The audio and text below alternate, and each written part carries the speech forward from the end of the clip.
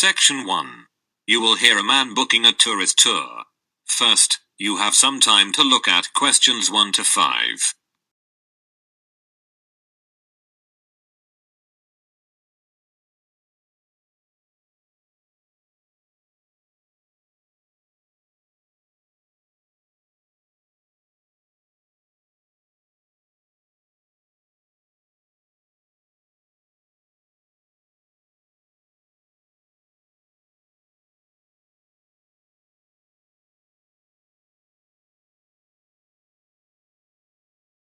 You can see that there is an example that has been done for you.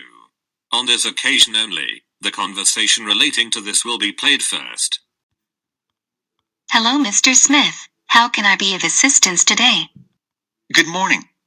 I would like to book a tour to Sydney. The man answers the question. Tour to Sydney, so the word Sydney has been written on the top of the form. Now we shall begin. You should answer the questions as you listen, because you will not hear the recording a second time. Listen carefully, and answer questions 1 to 5.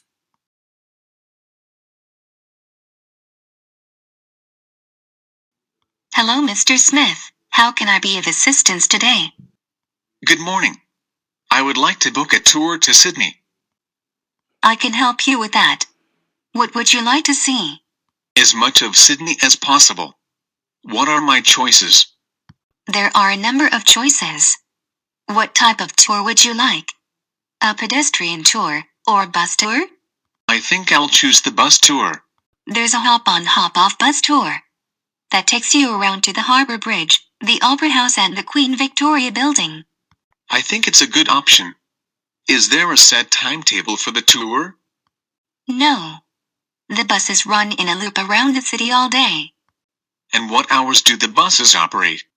They run from 7 a.m. in the morning until 9 p.m. each night. That sounds nice. Yes. And the closest stop is just 20 meters out from here, at the front of the hotel.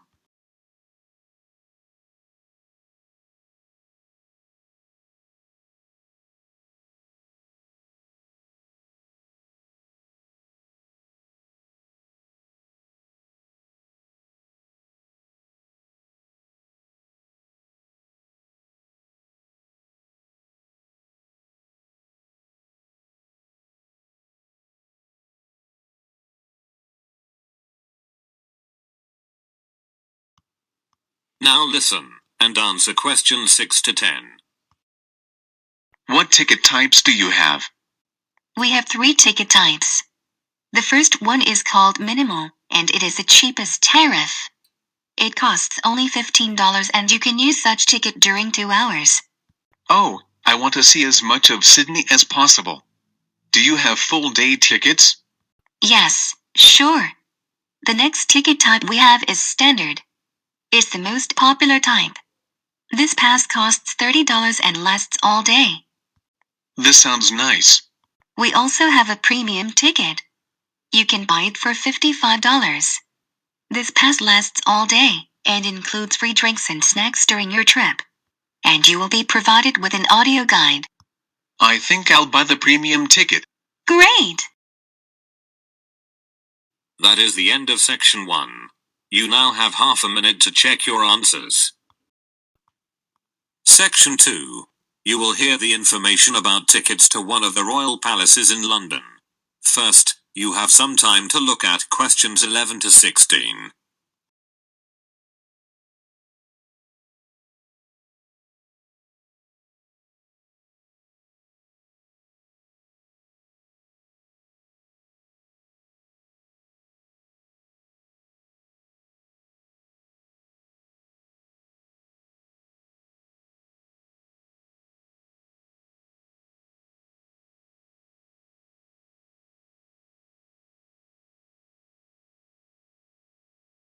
As you listen to the first part of the talk, answer questions 11 to 15. So you've finally decided to start a fitness program and are now on the lookout for the perfect gym to join. Fitnessland is an ideal gym for both group trainings and individual workout. We offer you a variety of sports facilities, which will make your training effective and pleasant. One of the most famous are our yoga classes. We have 7 different yoga programs, including Ielts, Yoga Nidra and Hatha Yoga. We also want to open Pilates section soon, which will combine relaxation techniques and keep fit exercises. For those people who seek cardio and fat burn workouts, we offer a lot of active classes. For instance, if you love dancing, you can go to our step dance classes. These classes are famous for their intensive rhythm, and include many elements from dancing classes and aerobics classes. At the moment we don't have aerobics or belly dance programs, so step dance can be a good alternative. We also offer great barbell workouts for people who want to build muscle. These classes use very effective strength training strategy and are very helpful for both men and women. There is also a kickboxing room in our gym, where you can find all essential facilities to practice kickboxing yourself. And group programs are likely to open in the next season. But Zumba fitness programs and stretching workouts are already running, so be quick to take part in these wonderful activities.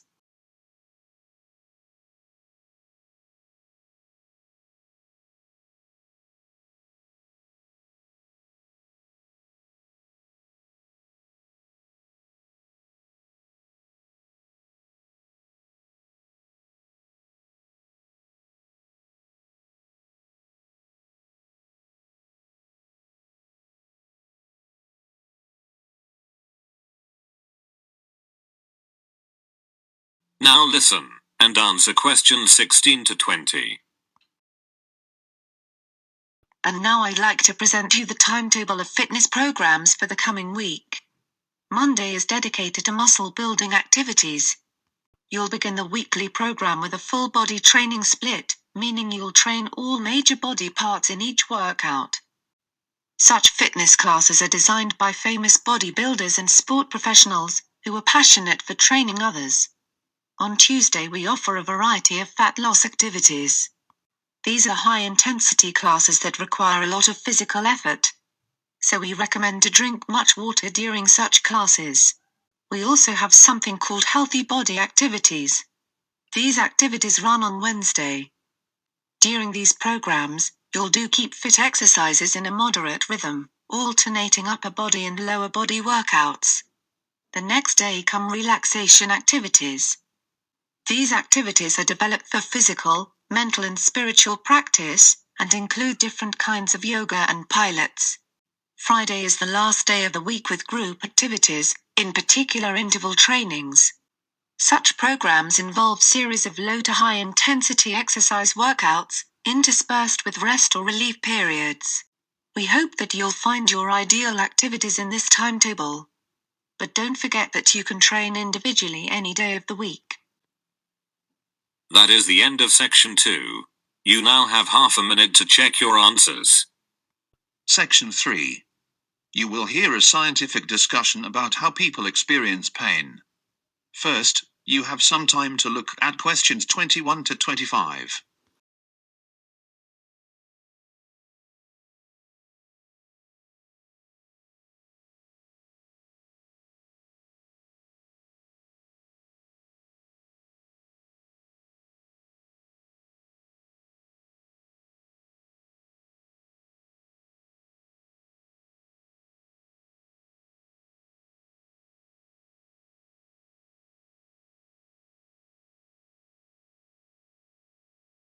As you listen to the first part of the discussion, answer questions 21 to 25. Scientists at University College London have made a discovery which makes mice pain-free and have reversed painlessness in a woman with a rare condition. I'm joined by Dr. Natasha Curran, consultant in anaesthesia and pain medicine at University College London Hospitals, and by Professor John Wood, lead author of the study and a neuroscientist at UCL. Welcome to the podcast. Thank you. Thank you. Natasha, perhaps we can start with perhaps a rather basic question, which is, why do we experience pain at all? What's its purpose? Pain is highly preserved in humans because we need pain to prevent us further damaging ourselves. However, what we know in many people is that pain continues past when it's useful for us. And we're all familiar with the idea of sort of feeling pain, but What is happening inside one's body? So when I stub my toe and I scream and shout, what's actually happening inside my body from that moment? Well, receptors in your toe are getting stimulated, and they send messages down your nerves which end up in your brain. And in your brain, various things happen. In one part of your brain, which is the somatosensory cortex, that's the part of the brain that says it's your toe that's feeling the pain or the injury rather than your hand or your head.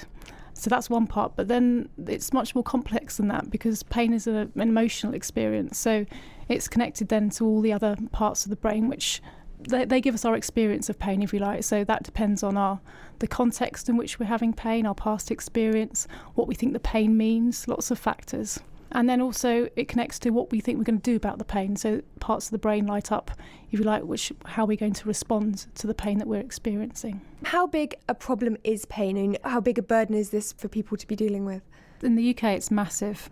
In 2011, the National Pain Audit reported that 31% of men and 37% of women live with persistent pain. So that's 40 million people. Their quality of life is very, very poor, much lower than other medical conditions. It's as bad as people who have, for example, Parkinson's disease. One of the reasons it's really important to understand this is because we know that we can actually help these people if they attend specialist pain management services. We can improve their quality of life.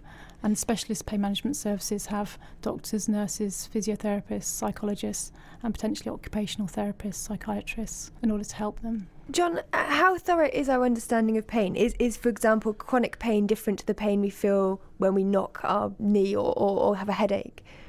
Well, there are clearly enormous mechanistic differences, and it's very striking how mechanisms to experience pain are conserved across evolution. And pain is really an essential survival mechanism. So the mechanisms that occur in people are quite similar to those that occur in mice, for example. And so we can make comparisons between animal models and the human experience. But we really know very little at all about how pain is experienced centrally. There are various parts of the brain that have been correlated with the experience of pain, but this is very, very weakly done. In fact, it's to define a precise locus in the brain where pain is perceived has proved completely elusive. So the way we feel pain and the intensity of pain is regulated by all kinds of things like circadian rhythms, emotional state, and we don't have many insights into how this actually works. Why is consciousness linked so much with pain and pain with consciousness? Well, there's a wonderful book by Philip K. Dick, the person who wrote so many perceptive science fiction novels, and he says that pain and beauty are the two underlying themes of human nature. In fact, trying to understand where the brain perceives beauty is just as difficult as trying to understand where the pain is perceived in the brain. Consciousness obviously is required for any kind of sensation. Pain is just one of those types of sensations that we're aware of when we're alive and awake. Well, as an anaesthetist, that's part of our main role. Surgery can't go ahead unless we have anaesthesia, because obviously in the modern world and in most parts of the world we want to be able to anaesthetise so that people don't experience the pain of surgery. And we know that there are some states of consciousness where people can undergo quite stimulating and unpleasant to most people experiences such as surgery, but for most people they need to be unconscious, so in a state of anaesthesia.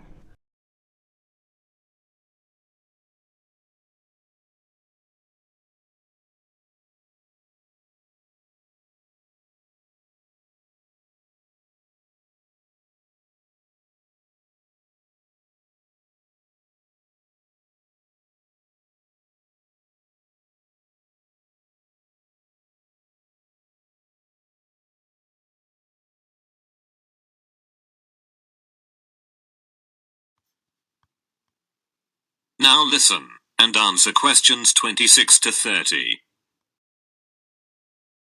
It sounds like we have some clues as to how pain works, although there's a lot that we don't know. Is that why it's so difficult to find ways to block it, because we don't really understand the mechanisms particularly well? I think what we do understand is the kind of area that Natasha works in, which is the sensation of tissue damage by specialised nerves in the skin and the muscle and the viscera, and how those nerves are activated and send electrical signals. So the activity of those nerves is absolutely required for most pain states. And so by focusing on them, we can actually find ways to treat pain without understanding anything about pain perception. And so that's the focus of interest of most pain scientists. And that's where anaesthetists also so are working in terms of blocking the drive into the central nervous system. But pain perception itself is completely mysterious. A good example of this might be one I explain to my patients, which is a phantom limb pain. Listeners might have heard of this already. It's when people can have a painful limb once they've had an amputation. So a person may have had to have an amputation for a medical reason, such as the leg in this case, let's say, might become gangrenous. So that's done under anaesthesia as a surgical procedure. But after the operation and the wound's healed, then people who are unfortunate enough to get this phenomenon can then experience sensations in that leg which has been removed, and not just sensations, that if they've had pain there before, they can often experience pain. So even though the leg's not there, it's no longer physically present, the patient still feels that their leg's there and it can be painful. And of course that's very distressing, and it also gives us the notion that pain is not just in the nerves, the peripheral nerves, the ones in the leg. It's modulated in the brain. Yeah, if I can come in there. Yes, pain has nothing to do with the peripheral nerves. Pain is in the brain. But there's a requirement for nervous input from the periphery in order to feel pain in almost all states.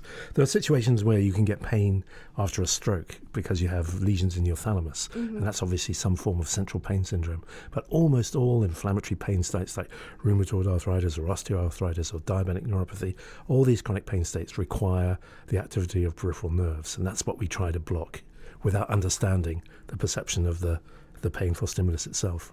So, Natasha, it's an interesting point that John was saying about us needing stimulation of our nerves sort of throughout our body, our peripheral nerves. So what's happening in the case of phantom limb? Well, there's several theories, and there's probably not one overarching thing that's happening. We know that pain can create a memory of itself, just like any other experience that people have. You might have, heard some records on the radio recently about David Bowie, for example, and that takes you, listening to that record takes you back to a certain point. So listening to music can take you to a certain point in time, and some sort of stimulation, for example, movement in that limb or something else, which is the peripheral, like John's talking about, that peripheral input can cause a learnt sensation to be re-experienced. It's not that the person's actively trying to recall that painful experience. Who would want that? But so it's like anything that's learnt. The nervous system's really, really good at learning things. That's how we've learnt to do all the, the great things that humans and people do in their lives.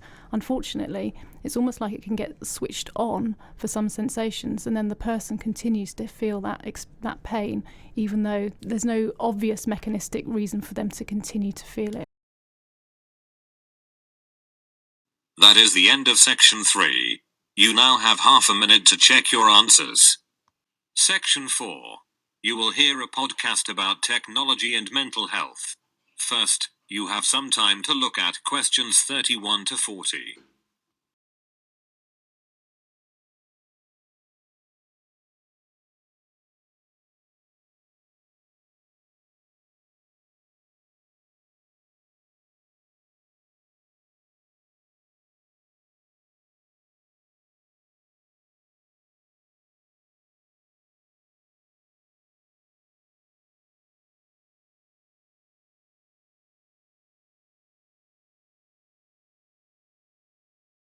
Now listen carefully and answer questions 31 to 40. I spoke to psychologist Tomasz Chamorro-Premuzic about the risks he believes are posed by social media and technology. If narcissism is fire, Facebook is gasoline. So people wouldn't have gravitated towards Facebook or Instagram or Twitter or Snapchat if they hadn't been narcissistic in the first place, by which I mean, if they hadn't had this desire to broadcast their lives, to behave like celebrities and share personal information about themselves as if it's really interesting, and also seek positive feedback from others that reinforces their kind of self-concept and self-esteem and perhaps self-centered needs. Now, it is also true that if you throw gasoline into the fire, these inherent tendencies, narcissistic tendencies that were there in the first place will become more exaggerated. And research has shown this. Research has shown, a very simple summary of the studies is that the more narcissistic you are, the more time you are likely to spend on these various social networks. But at the same time, the more time you spend on these social networks, the more narcissistic you become. So really it's a snowballing effect. Exactly. And the depression one is a different kind of phenomenon. It's the fact that a lot of people spend so much time following or snooping on others on social media, and they're unaware of the fact that the people that they are seeing there are not the real people they know. And because most people portray themselves in an unrealistically positive vein, and Facebook and other social networks encourage the suppression of negative emotions and reward the presentation or display of positive emotions, it makes people miserable and depressed to see others as so happy, because you compare yourself to others and you're like, why aren't I so successful, so good looking, or so, happy? Okay, so when we're talking about tech and also about the impact of technology on our behaviour, I think something that's, again, garnering quite a lot of attention is the impact of screen time on well-being, on performance, on cognitive ability and development when we're looking at younger people. And there was an interesting piece in Ars Technica that cited two separate studies that have been conducted in the US. The first was by Common Sense Media, which looked at just under 3,000 US children aged 8 to 18 about their media habits. And they found that teenagers were spending about 9 hours a day online with media, and tweens, so 8 to 12-year-olds, were using media for about 6 hours a day. So this is within quite a substantial amount of time, and then also a time in which they'd probably be better off outside playing or socialising in person with other people.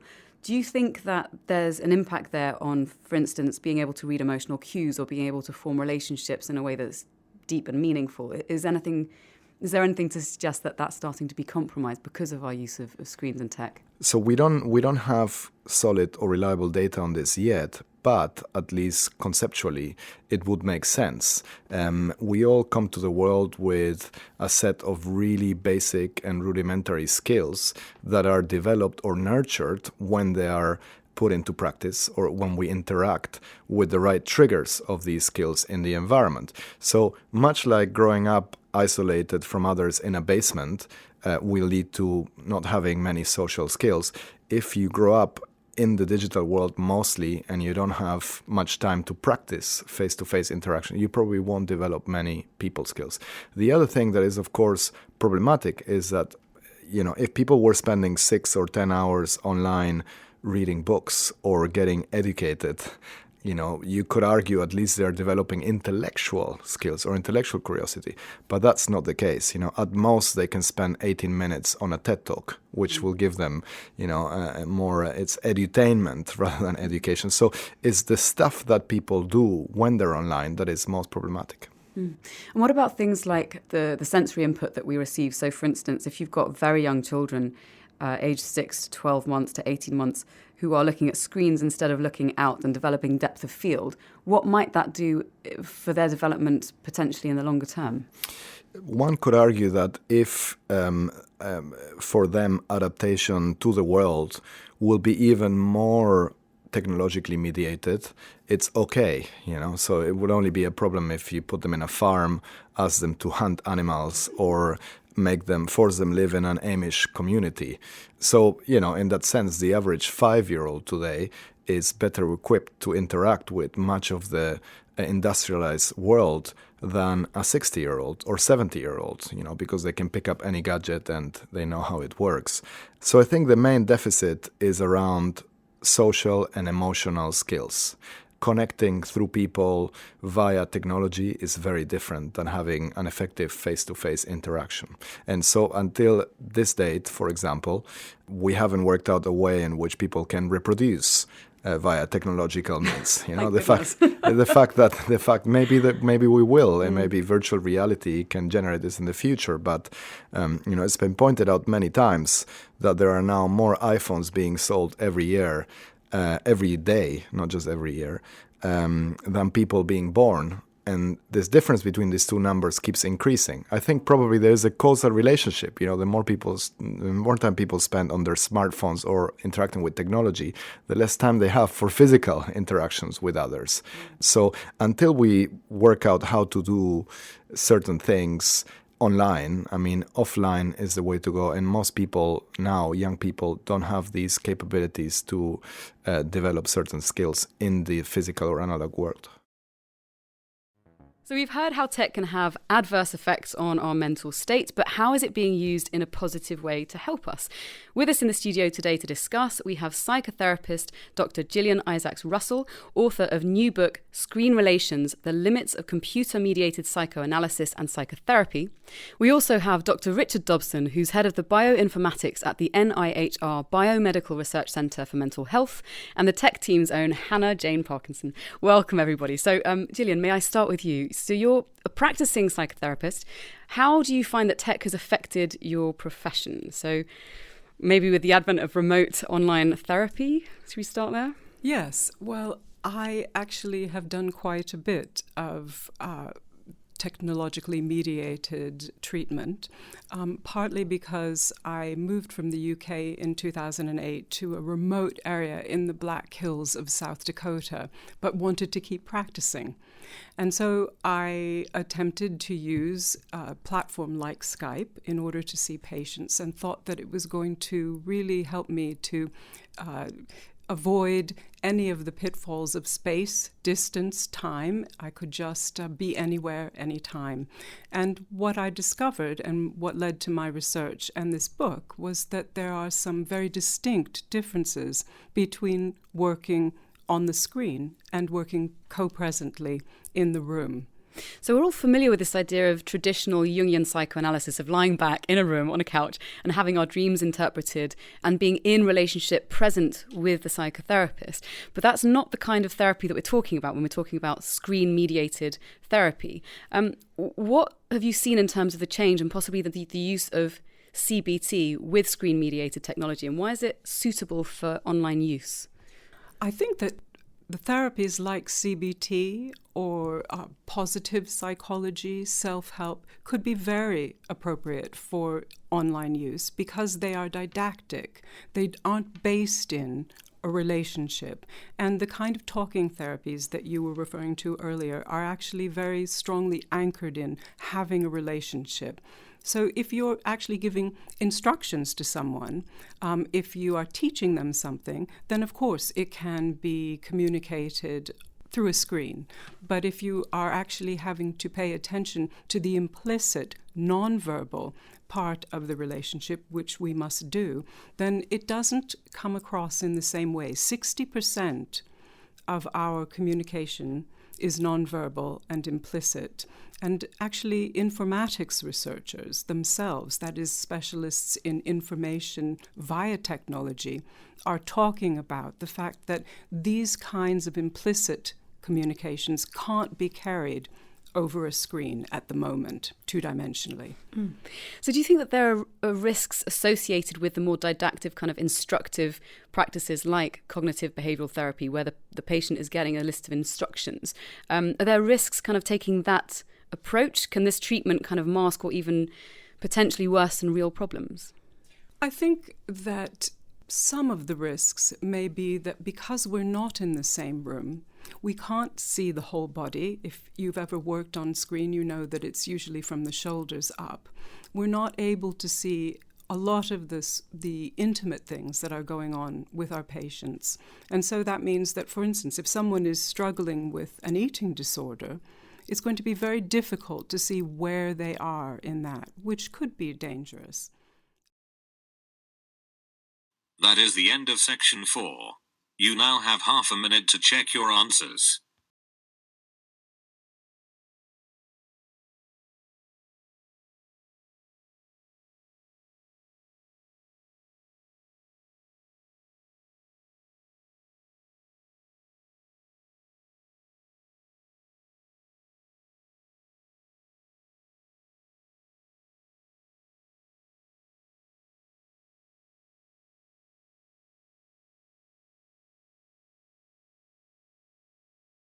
You will now have 10 minutes to transfer your answers to the listening answer sheet.